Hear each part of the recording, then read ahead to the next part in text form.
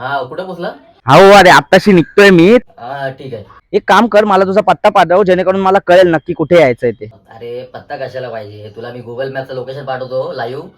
तो टाकलास की डायरेक्ट माझ्या घरात येऊन सोडेल तुला. ठीक आहे चालेल, पाठव. लगेच पाठवतो बघ. अहो जरा ऍड्रेस कुठे आहे सांगता काय? बोलो ना एड्रेस तो देखेंगे तो यही रोड है.